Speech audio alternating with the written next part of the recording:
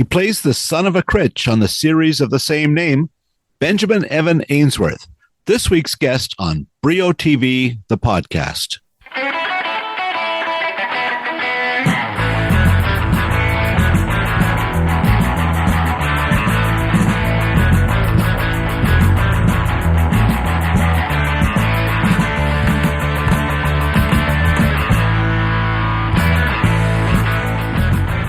Well, if you're watching the fourth season of CBC's comedy Son of a Critch, and you should, you'll notice that young Mark on the series has shot up about a foot. When I was out in St. John's, Newfoundland last summer during production of the series, fellow cast members were amazed at how much Benjamin had grown, not just in height, but as an actor. Good thing, too, as this season sees young Mark off to high school, where life gets even more complicated. Creator Mark Critch, who plays Dad Mike Sr. on the series, is drawing harder than ever from his own life, a story he charted earlier, in his best-selling autobiography, also titled Son of a Critch. Many of the adventures are drawn directly from Critch's life, and the high school scenes were shot right in the actual building where Critch spent his high school years, many, many years ago in the 1990s. Often when child stars start shaving, the wheels fall off as these Wonder Year type comedies, but that hasn't happened here. As a young teen, Benjamin holds his own in scenes both funny and dramatic this season, opposite as accomplished an actor as Malcolm McDowell, who plays Pop on the series. McDowell is quick to praise Ainsworth without any prompting. It doesn't hurt that both hail from the north of England, as you'll hear on this episode, as Ainsworth speaks in his true Liverpudlian accent. The two of them and Critch and other co-stars gathered during the soccer season at the Duke of Duckworth pub, cheering on the Liverpool Football Club. This conversation took place at night outdoors in the backyard of a house being used in a scene where young Mark was at a party with girlfriend Fox, played by Sophia Powers. If you hear a baby crying in the background, that's Benjamin's then 3-month-old baby brother, there with their mother as part of a family visit. Here he is, Benjamin Evan Ainsworth. Tell me what you're doing right now. What's the scene? So today we're shooting in my new teacher for theatre arts in the high school called Mr. Lewis. Yeah. It's at his house, and he's thrown a party after a theatre production that I was part of as Mark. So I brought Fox along with me, who thinks it's going to be a house party with people our age, but I've brought her into this party with loads of grown-ups, and I'm trying to act the part, and she becomes quite disappointed. Oh. So it's a fun experience to act out, but the result maybe not so much. Might not turn out well. No. I'm fascinated the way the show works with so much of it based specifically on things that happened to Mark, that he can literally show you a video of an event from 1990 and everybody's in the same clothes and it's action and you're shooting pool with an orange and it actually happened. Yeah. Like, I can't think of another parallel in a show like that would have that experience. What is that like to see it and then do it, you know? Yeah.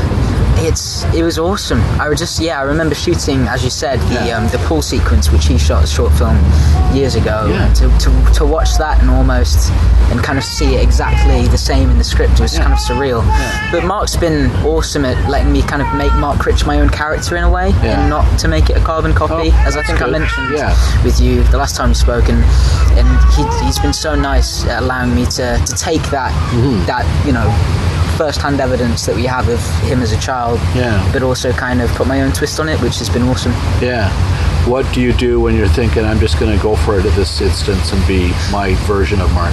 Yeah, I think over the seasons I've built up kind of like this character, whether it's the whole kind of the cultural references and being stuck with Dean Martin or Frank Sinatra rather than D-Light and those other 80s guys. So, just kind of like holding on to those aspects of Mark and picking little things up, like watching Mark kind of hold his hands behind his back when he walks and kind of picking little things up. Yeah. So like, copying little things and also just reading the scripts. The scripts are so good that they tell a whole story within themselves about the character. So Mark said something really, to me, I thought was profound in that there was this storyline where his dad takes a drink, he's been on the wagon for 15 years, then he starts drinking again. And in real life, this so disturbed Mark Critch that he confronted his dad on it. You guys play that scene out, right? And have you shot that already? We have, yeah. So you said like he was looking at himself when he's looking at you. You know, like he's his dad. He's seeing through his father's eyes at your disappointment and reaction as him. And he understood what his dad went through and why he stopped drinking. Yeah. That's kind of incredible. I know, right? it's his own therapy almost. Yes. He made a whole show just to kind of, you know. Yeah, no, but I mean, wow, you know. Yeah, it's really surreal.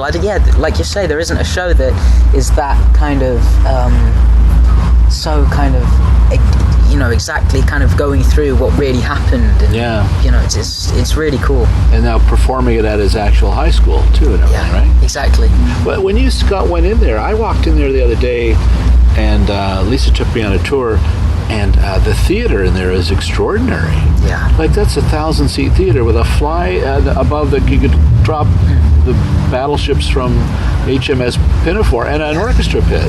Yeah. Did you have anything like that at school, like a room like that where you were inspired by or got involved? Yeah, we have a really wonderful theatre at the school I go to. Yeah. Nothing like the size of the 1,000 seated here, you know, the Holy Heart. But no, it is really nice. There's a wonderful backstage. We've got prop rooms. We've got, you know, the high lighting, and so we do have a really nice space at the school I go to. So I get inspired by that, and I do a really cool course where I have to kind of devise my own theatre production with, you know, my classmates. So I think it's a similar boat that Mark Critch is in this year in school, and how my character's kind of expanding and stepping into a new world while still maintaining the friendships that he's had in the last 3 seasons. It's similar to kind of what I've gone through, and kind of high school allowing me to do more of the things that I really enjoy with acting, music, whatever it is, and kind of explore that with new people.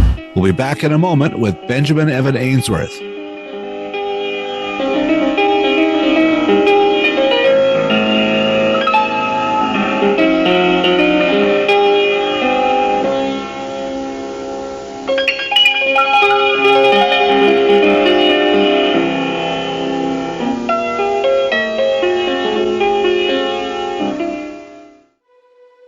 Well, we hear a lot about fake news these days. Well, here's some real fake news.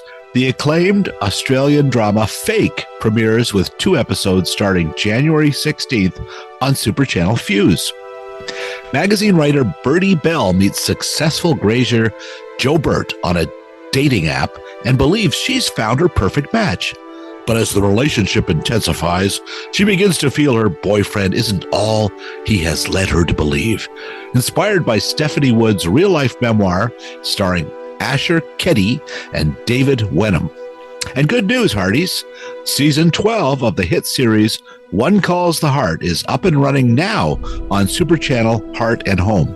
The new season brings new stories about family, community, and of course romance as things move further into the 1920s. Melissa Gilbert from Little House on the Prairie will guest star in a 2-episode arc this season in the role of Georgie McGill, who shares a surprising past with one special Hope Valley resident. And remember, Super Channel is available via most cable providers across the country, as well as streaming live and on demand with Amazon Prime Video channels, Apple TV Plus, and Fubo.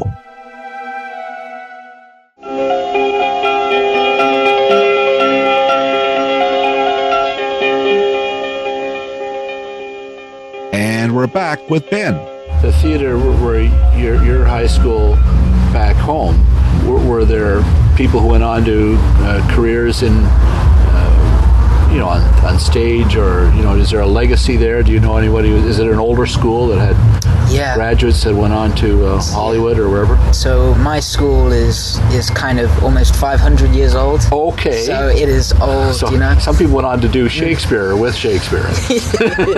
Yeah, well, I guess so, maybe. But yeah, there have been I think there have been a few people I've heard. I don't know if I can remember like exact people, but I think I think there have been people beforehand and who have came back, and I think somebody actually donated to the theatre. Wow. So he must have had something to do dwell with somewhere. it. Yeah, that's cool. So it's awesome. There are a lot of people who used to go to my school who continued in the industry, and I hope to do the same. Yeah, so for sure. Looking like it's going to happen for sure. What else about this season with Mark at high school are you most excited to explore? I think this year, I think the previous years have been about Mark getting more comfortable with school and in feeling just as comfortable with his family as he does his friends, which we kind of see at the end of season 3. Kind of been walking off into this season, but this season I think it's all about Mark growing and being focused on entertainment. So he goes from just stand-up with Ted Turpin and that whole storyline, but now he's introducing theatre with Mr. Lewis, even shooting a short film, and kind of opening those horizons to entertainment and really focusing on that pathway. Are you doing more of the great fantasy scenes where you're of course. Coming up? Yeah, so there have been some awesome fantasy scenes, and I love them because it's like playing another character within the show, which is great. Great fun. You're doing rock stars and Beach Boys stuff. So John Lennon, which I haven't done, but I can't wait to do. I'm going to have to work on my Liverpudlian accent. So that'll be fun, Scouse and all of that stuff. Right. But we've also done like a 1920s Englishman kind of adventurer cool. with Pop and Poppy Bell, which was awesome because I had to do like a really proper, English accent from back in the day, and so it's fun to kind of get to bring my own kind of voice or accent or whatever it is into the character too. Will your Lennon have the glasses? We will have the glasses. Yeah. The Yoko in a bag, perhaps, or something. Oh my God! Of course, we've got to get it decked out. What part of England are you from? Where? I'm from Yorkshire. Okay. So that's not terribly removed from the north, right? No, exactly. Yeah, it's up north, but it's northeast rather than northwest, which is Liverpool. So. Nice. That's great. So sliding into Liverpool isn't that hard. Not that well, I'd like to think it's not that hard for my own confidence. Right. I'm sure. We'll get it. We'll dust off the hinges and make sure it's good. But what when you're home, when you're in England, have friends seen you in Son of a Critch? What are the reaction to you as in this character? And I remember one of my friends watched the full first season and was messaging me, which was quite fun. Wow. But they're really great. I think it's nice to have two kind of separate kind of experiences. I go to set and I'm kind of like, acting, but then I go home and I can just be go to school and just be that kind of classmate. That's true. You are lucky. You can have a bit of an anonymity, I guess. Exactly. Right? Now, Malcolm McDowell. Holy smokes, right? So in the story this year, you guys have your own rooms, I understand. Yeah. You talk through the wall a bit or something? That was so fun. That's cute. I know. But, he's, a legendary actor. I mean, you guys must have had a few occasions where he's sort of offered some advice or... he's so amazing, and he's got so many stories about the 60s, 70s, 80s, 90s, and everyone he's met, and these movie stars, and just to get some of the tea from his experience and just to chat with him is amazing. But like you say, even his character he plays, Pop, has some amazing advice. That's true. And I'd say some of the main message that I got from Pop and Malcolm was that don't kind of compromise on who you are. You've got to just be yourself in every situation, which I know Malcolm does. Right. Point blank, he's Malcolm, right? Yeah. And it's it's quite easy to kind of just try and cover parts of yourself up or be too kind of trying to be something you're not, but actually that's the lesson I've learned. He is uncompromising. I said to him, I listened to a podcast he did years ago with Gilbert Gottfried. I don't know if you know who that is, a comedian who has passed away, but it was hilarious, really fun. And he's like, well, he was no Bill Maher, and he completely hated the Bill Maher one he just did and was quite happy to tell me about it. Now, what else is going to... Oh, my goodness. So we've asked about this season, what's coming up. You're halfway through it, right? Mm-hmm. Oh, what was it like meeting the Prime Minister. I mean, it was a crazy day yesterday, right? Yeah, it was such a crazy day. And it was really funny. So my grandma, my nana, just flew in with her boyfriend, and it was hilarious because the day that the Prime Minister was coming was the day that my grandma was coming. So it was like the best welcome to Canada that she'll ever get. She met the leader of the country. Yeah, right? so, one of the producers, Tim McAuliffe, did a whole bit on like, so whenever a British guy comes into the country, the Prime Minister actually has to meet them in person. So it was just so funny. It's a pretty good Tim impression, My dad's Tim impression is amazing. Oh, really? Yeah. Colton does he did a bit of McDowell for me. It was pretty straight on. Yeah. But it was remarkable, wasn't it? Now, I mean, I was there in the morning, and even these guys were nice to sneak me into a scene in the bar.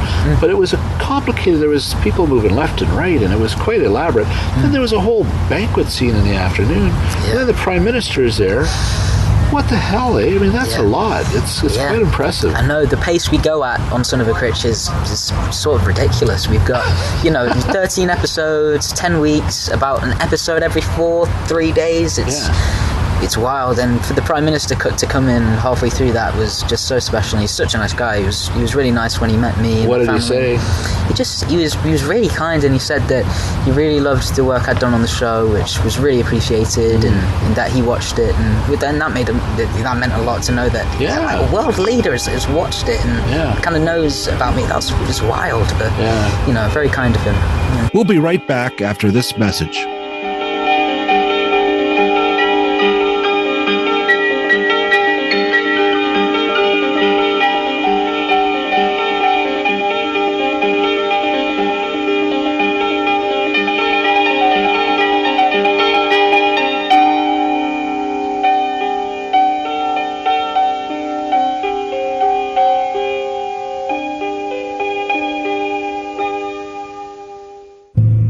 Once again, time to chat with Emily Gagne at Hollywood Suite. Emily, tell us what's new in the new year.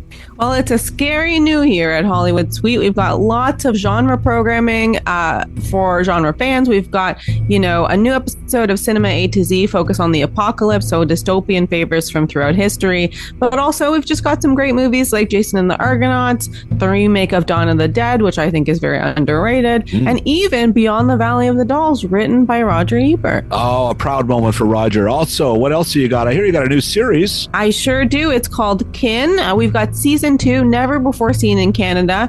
We also have season 1, of course. Yeah. But season 2, I like to describe this series as a mix of The Sopranos, Peaky Blinders, and Gomorrah. Wow. It's an Irish mob drama, so if you like any of those shows, I think you should definitely check it out. Oh, but I like it too, an Irish mob drama. Where else can you find it but on Hollywood Suite? Thanks a lot, Emily. Thanks, Bill. Well, good news, Star Trek fans. Paramount Plus Canada is boldly going into 2025 with the premiere of the original movie Star Trek Section 31. The shot in Toronto feature stars Oscar winner Michelle Yeoh as Emperor Philippa Georgiou, so great as that kick-ass character in Star Trek Discovery. Here, she's tasked with protecting the United Federation of Planets. She must also face up to the sins of her past. The movie premieres Friday, January 24th. As for right now, all 8 seasons of Dexter and Dexter New Blood are available for Paramount Plus subscribers, along with new prequel series Dexter Original Sin. As for the kids, look for Henry Danger, the movie, premiering Friday, January 17th. It's based on the hit Nickelodeon live-action series. And remember, with a mountain of entertainment to choose from, there's always something for everyone on Paramount Plus.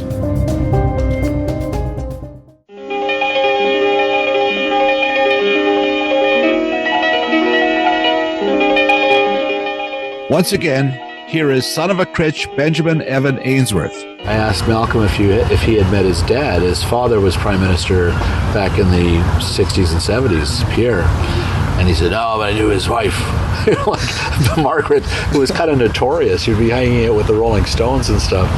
And so Malcolm has met everyone, I guess, right? Pretty well. Well, that's awesome. You must be having a lot of fun. And the fact that it's so busy and jammed and you got Prime Minister, so I doubt you're ever bored really working on this show, right? Exactly, yeah. No, it's working every day, and I was lucky this week to get a day off, which was fun. But it's rare, I guess, right? Yeah, there's so much fun on set that even on that day off we came to set to say hello to everyone. And so it was just, we were loving it. And it's so cute to see you with your new brother. I mean, adorable little baby. He was 3 months old? Yeah, he's called Clark. Clark, 3 months old. He's tiny, but he's just so lovely. Yeah, it was neat. You're holding him, and that's quite an experience for you to have a baby brother like that, right? Yeah. You have other siblings as well? Or? Yeah, I've got a younger sister. She's 12, so she's out with me this season too, but she's with my grandma today. Oh, great. So it's just us three now. Very exciting. Yeah. Any other projects you have coming up in the next year? No, I've got a film called Everything's Going to Be Great, which will be coming out. I'm not sure when. Okay. That's finished. But nothing I'm going to be shooting. Oh, that's a film about a family who are part of like a regional theatre and kind of trying to make it big in America. So they go touring, and it's kind of the story about kind of a dream that they have and how it kind of crumbles, but how you kind of recover from that. And so I play a guy called Lester Smart, and he's kind of this kind of elaborate, kind of really outgoing theatre person, and he just wants to be an actor when he grows up, and he looks up to his father, and in similar ways, Mark Critch, my character, also is that kind of, he wants to thrive in the theatre. So so that's with Bryan Cranston, and hopefully that'll be out before the end of the year. So that's exciting. Yeah. Bryan Cranston, he was awesome. He's incredible, isn't he? Yeah, very nice man. I've interviewed him down in the States on different. All the critics come down to Los Angeles. Were you maybe there with the CW? Did they have a panel with the Son of a Critch? Maybe, but I didn't make it down for that one. But I have been to LA just once for a premiere. But he's awesome. I've spent a little time with him, and he's a lovely guy. I remember he did a show in Toronto. It was a Christmas movie, and he could hardly wait to show me the sleigh and the set. Like he was like so. He wasn't jaded. He'd been acting several years, but he was into it, which was pretty good when you've already won a few awards and stuff. So good for you. That must have been very exciting. No, it really was. He was such a kind man, and I remember in the auditioning process, he did a personal Zoom with me just to go through the scenes, which I thought was really kind of awesome. So were you in two different places for this? Yeah. You were here, or? So I was in the UK, and he was just Zooming from his home and just in preparation for the final audition. Oh, nice. So it was just, I don't know. Is that hard? Like, if you're doing a chemistry reading over Zoom, is it easier sometimes, or is it always hard? Yeah, I think it kind of defeats the point, because you're trying to test for chemistry, but you can't actually meet each other properly. So it's quite funny, but I've kind of got used to it now, because a lot of my acting so far in my auditioning has been on Zoom or self-tapes, because that's just how it's been, especially because I live quite a way out of London too. So, but no, it was surreal. It was awesome. Yeah, it must be. That's great. Good for you. Thank you. Do you watch much TV? Do you have a chance to see anything? I do. I haven't really in the past couple of weeks because I've been busy here, but I have a few things on my wish list. Watch lists more. I really want to watch the rest of The Boys. If you. Oh yeah. It's the last season, I think, coming up, right? Yeah. The Bear. I haven't seen that. Oh well. I really want to. Yeah, everybody's talking about it. I watched the first season. I hear the second season's better. Third season just sort of sets up the next one they're going to do, I think. But everybody talks about that. There's a pretty good show that's shot in London. Slow Horses. Oh yes, I've heard a lot about that too. Yeah, it's the Canadian showrunner on that. Wow. Well, that's awesome. And are you watching the Olympics? Are you rooting for? I've been watching a few things. I'm quite bad. I haven't been too up to date with it, but I am interested, and I saw that Simone Biles has been doing quite well. Really well. And the controversy over the 100 meters sprint and how tight it was, and so I've been seeing a few things, and that and that it was a really good sprint and really good competition. So I have to watch the last of it that's coming up. But. And just finally, you've spent so much of your time in Newfoundland now, like 3 years, 4 years now. It's quite a unique part of Canada. It seems that, and especially on a show where everything you're doing is based in, like you're even going to the same high schools and places, and a lot of the people you're meeting were there back in the day with Mark's dad, or what's that like, that sense of community? Like you're even though it's foreign to you, it's almost probably not so much now anymore, right? Yeah, it's really special to kind of, because to see Mark so excited too, when he's going to these different locations and telling me about them, and we did a tour of the school, and it was really special to kind of see the excitement on his face, and that therefore made me excited. Yeah. And also the people of Newfoundland are just so kind and welcoming, and it just helps with everything, I think, to have the community with you as you're trying to represent them in this show. Yeah. And so it's an awesome place, not too dissimilar from home, with all the fish and chips. Yeah. The gravy. The fishing. Yeah. And the people. But you wouldn't have that experience in Hollywood, say, Exactly. No. Exactly. So it's really special to kind of shoot so close to home. Yeah. I think it makes it more rich. It's incredible. Well, thanks, Benjamin. I appreciate it. I know your head's in your lines and stuff. I'll let you get back to your show. Well, thank you. And congratulations. Hopefully several seasons ahead, right? Yeah, fingers crossed. Yeah, you keep growing right through high school maybe, and that would be pretty cool to see. That'd be great. It's fun, the scenes with Sophia Fox, too, seeing you guys grow a bit. And it must be more fun to play, Exactly, yeah. And there have been so many fun scenes this year with Sophia, and it's been great to kind of grow up with these guys and see them every year, and with everyone kind of a bit different. Yes. And Mark Rivera's grown his hair out this season. Oh, yeah. Last season I had a big growth spurt, and so it's like every year somebody's a little different, and it's cool to see these people, because I have my friends during the year in school, but then to see these guys in the summer, it's like, oh wow, we've all gone through the same thing. You're all getting bigger than the Fox bully boys that they can't push you around anymore. That's great. Yeah, there's something quite funny about that. Yeah, it is. It's like it's like, come on guys, come on. If you'd written it that way, it couldn't have turned out better. It actually is pretty funny. They cooperated. All right, well, I'll let you get back to work, but it's lovely to talk to you. Yeah. Thank you very much. Congrats on your brother too. That's pretty cool, right? I know. Yeah. Very cool. I have a little grandson first time, and wow. So the babies are great. Right? Yeah. Too cute. Yeah. Have fun. All right. Nice to see you again. Thank Bye-bye. you. Oh yeah. Thanks. Thank you.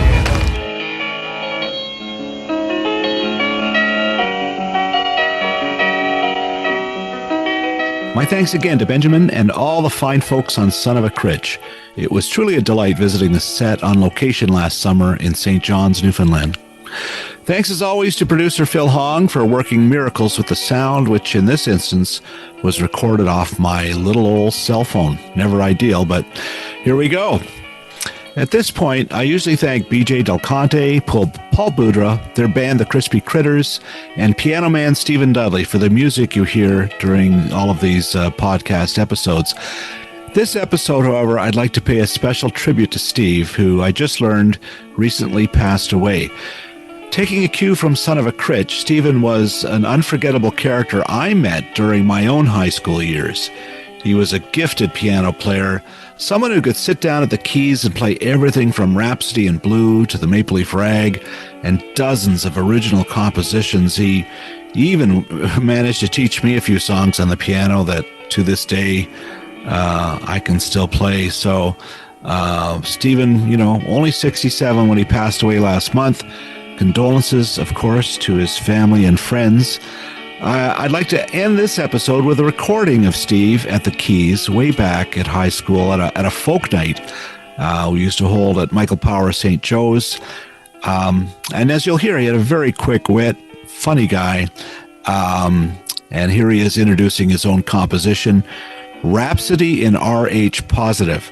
He certainly was a very positive influence on me and all of our high school friends. Here he is, Stephen Dudley. You may or may not know, this school put on a concert at Ontario Place last June, and I was lucky enough to have my solo debut at Ontario Place, where I played an original piece, and this is it. It's called Rhapsody in RH Positive, which is is my blood type. But it's serious.